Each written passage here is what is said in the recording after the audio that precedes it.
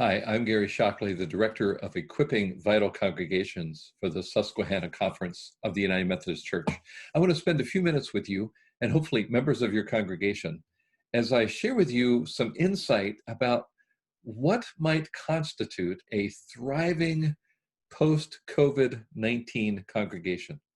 Churches will be thriving when we get through this storm. What are the characteristics or behaviors that make that so?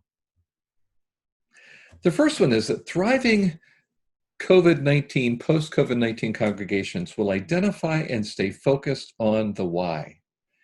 This means spending a lot of time getting back to the basics of what it means to be a Church of Jesus Christ. Why do we exist as a congregation? That may seem like a really silly question, but stop and think about it for a moment. If you have 100 people in your church, you might get 100 answers. Why do we exist as a congregation? Well, I want to suggest that part of the why we exist, we are motivated by the Great Commission, Matthew 28. Jesus said, "Go make disciples of all the nations, baptizing them in the name of the Father and the Son and the Holy Spirit. Teach these new disciples to obey all the commandments I am giving you." And then he promises to always be with us. Why do we exist? To make new disciples. We are energized by the Great Commandment, as Jesus taught us in the Gospel of Matthew. And that great commandment is, you must love the Lord your God with all your heart and with all your soul and with all your mind. This is the first and greatest commandment. And a second is equally important, to love your neighbor as yourself. Why do we exist as a church?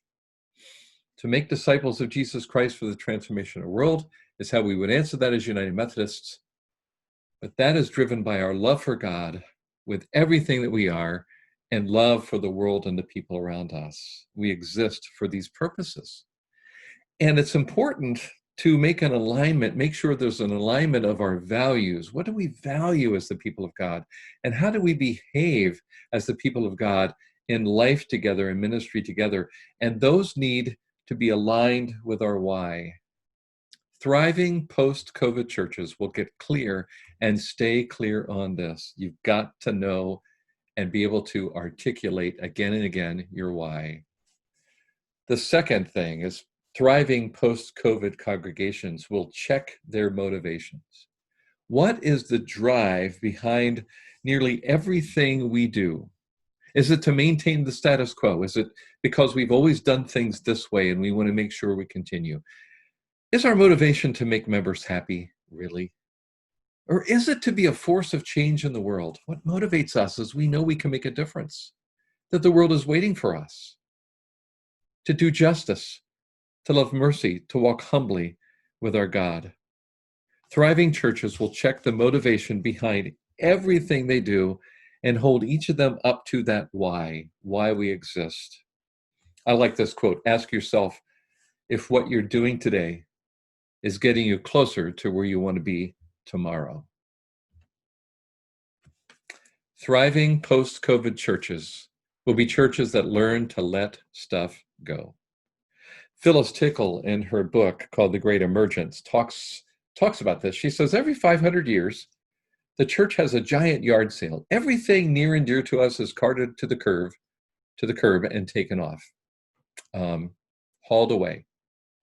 Well, when you think about that, there's a lot of things that need to happen in our church in order for us to move forward.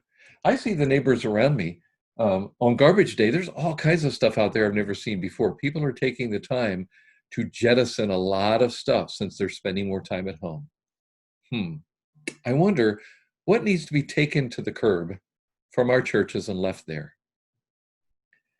What programs, ministries, assorted activities once had a clearly defined purpose and a missional impact, but not for quite some time now? We don't even remember why it is we do some things. But no one has had the heart or the courage to stop doing them or to leave them behind. You know, COVID is affording us a chance to do some spring cleaning, to let go of some things and streamline our ministry.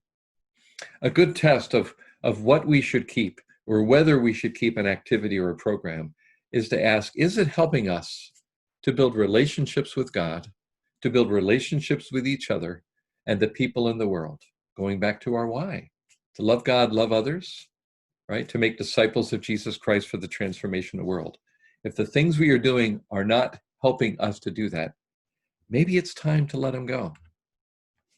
The fourth thing, thriving post-COVID churches develop more intentional spiritual care. I noticed something happening in the churches of our conference early on in this, that pastors and congregations turned their attention toward checking on one another very early in this pandemic. Many of our churches quickly moved towards simple systems, I'm talking simple, that allowed them to connect with every household in the church.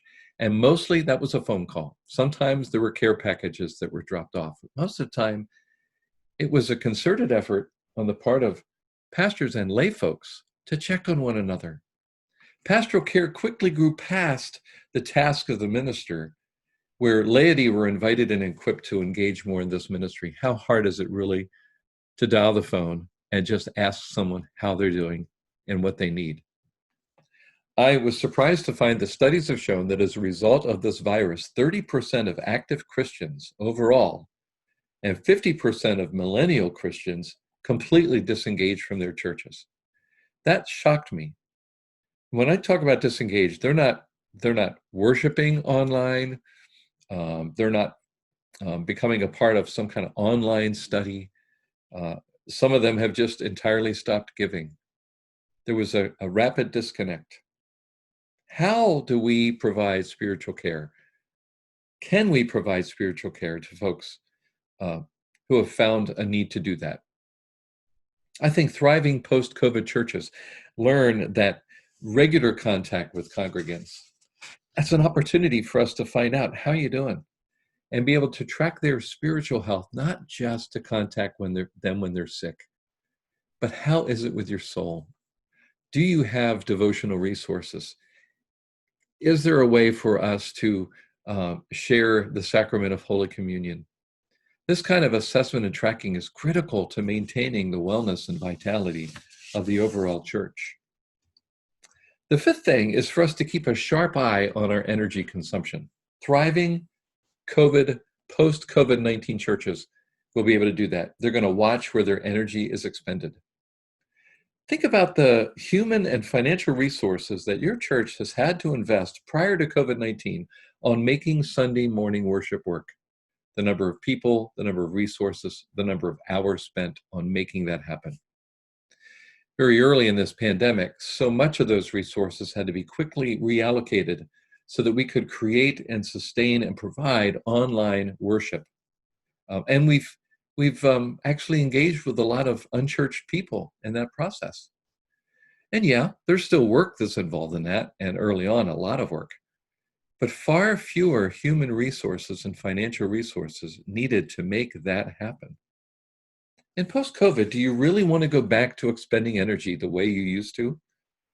Can you and those in leadership talk about what it would be like to continue to scale back a bit, but still have excellence in worship? Thriving post-COVID churches, I believe, will find ways to continue streamlining everything so that more energy gets invested in ministries that impact the communities around them for good.